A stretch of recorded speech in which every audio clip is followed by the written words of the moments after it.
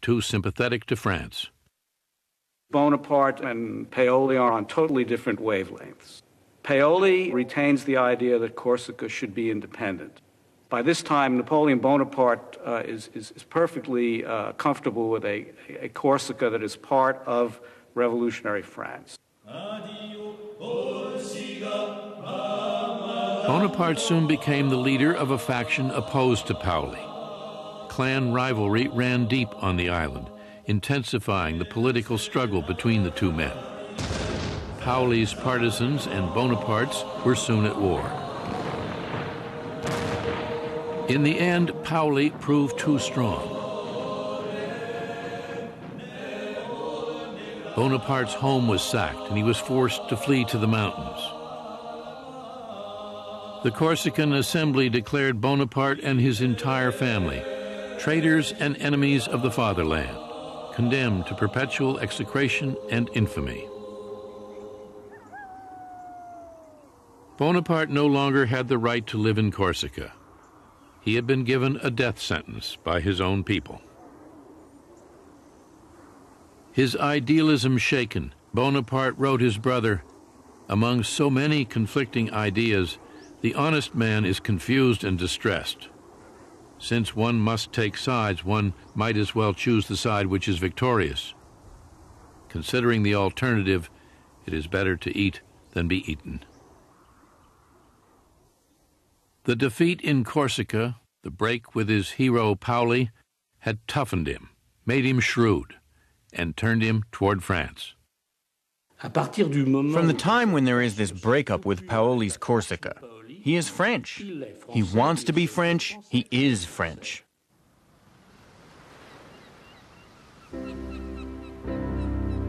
On June 10th, 1793, he set sail for France with his widowed mother, 3 brothers, and 3 sisters. A refugee family, carrying with them all they owned in the world. 24 years old, he was banished from the land of his birth forever.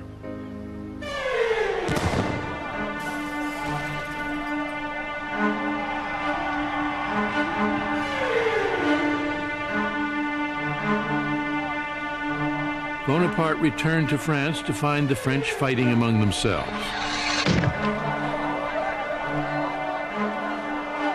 The king had been executed. The queen and thousands more followed him to the guillotine. There were cities in revolt, uprisings in the provinces. Maximilien Robespierre was in charge now. The austere, moralizing leader suspended the Constitution, vowing to save the Republic from its enemies at any cost. The revolution turned into the Terror.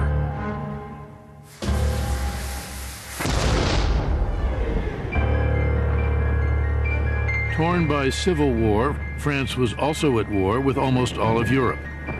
Austria, Spain, Prussia, and Great Britain were bent on destroying the new French Republic, while French radicals promised to help all peoples rise against their rulers. Reinstated in the army as an artillery captain, Bonaparte was ordered to Toulon, a city of 28,000 on the southern coast that had rebelled against the Republic, throwing its port open to the English. The British fleet defended the city from the harbor. 24-year-old Bonaparte thought he knew how to drive them out. He argued that if his soldiers could seize the heights commanding the harbor, they could bombard the fleet, drive it away, and the city would fall. It was a simple plan, but none of the generals would listen. The generals in Toulon were total incompetents, or a little worse. Finally, a fairly competent general showed up, listened to Napoleon's plans, and said, naturally. This would be Bonaparte's first great chance.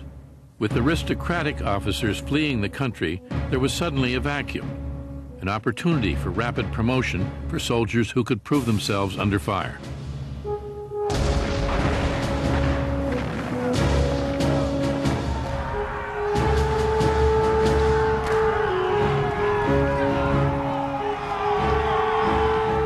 Bonaparte fought bravely, leading his men in the assault on the fort guarding the heights, suffering a wound in the thigh from an enemy bayonet. 10 ships went up in flames. The British fled.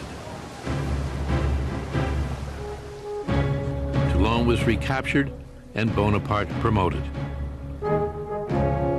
In just 3 months, he had risen from captain to brigadier general.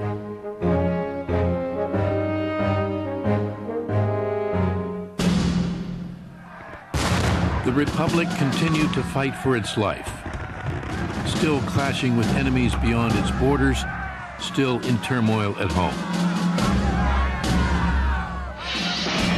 With France in chaos, threatened on all sides, Robespierre showed no mercy in his efforts to bring about unity and order. Liberty, he said, cannot be secured unless criminals lose their heads. Determined to make his voice heard, Bonaparte wrote a political tract in support of Robespierre. The young soldier hated the terror, but he hated chaos even more. Bonaparte is really a man of order. For him, order has to serve ideals, exactly the idea of Robespierre. It is necessary to suspend liberties in the name of liberty. In order to save liberty, to save the Republic, it's necessary to suspend individual liberties. In the summer of 1794, Robespierre's government fell. Now it was the turn of those who made the terror to die, including Robespierre.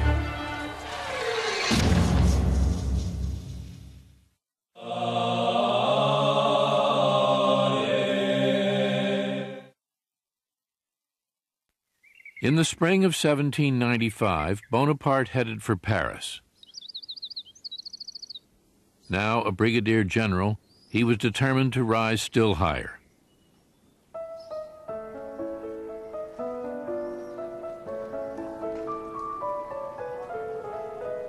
France had a new constitutional government. The guillotine, the riots in the street, the war still raging along the frontier, all seemed forgotten.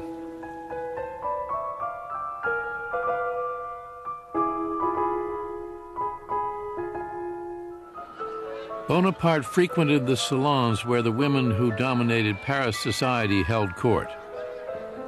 The women here, he wrote his brother, are the center of importance. Here, alone of all places on earth, they appear to hold the reins of government. But they wanted little to do with him. He was just another ambitious young soldier. I can still picture him, one noble woman remembered. He wore badly made dirty boots and a nasty round hat pulled down over his eyes. An overall sickly effect was created by this thinness and his yellow complexion. Bonaparte seemed to have come to a dead end. He was desperate for promotion, but no one paid any attention. If this continues, he wrote his brother, I shall end by not stepping aside when a carriage rushes past.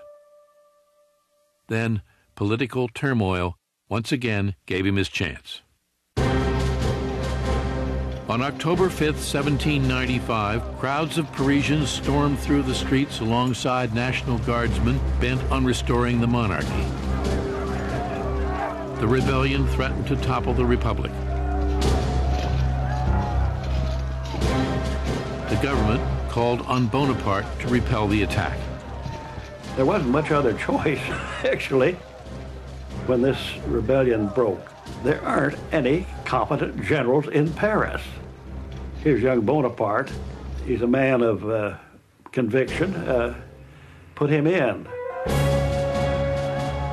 Napoleon was not one to pussyfoot around. He would use all his weapons. Nobody had really used cannon on the Paris mobs before.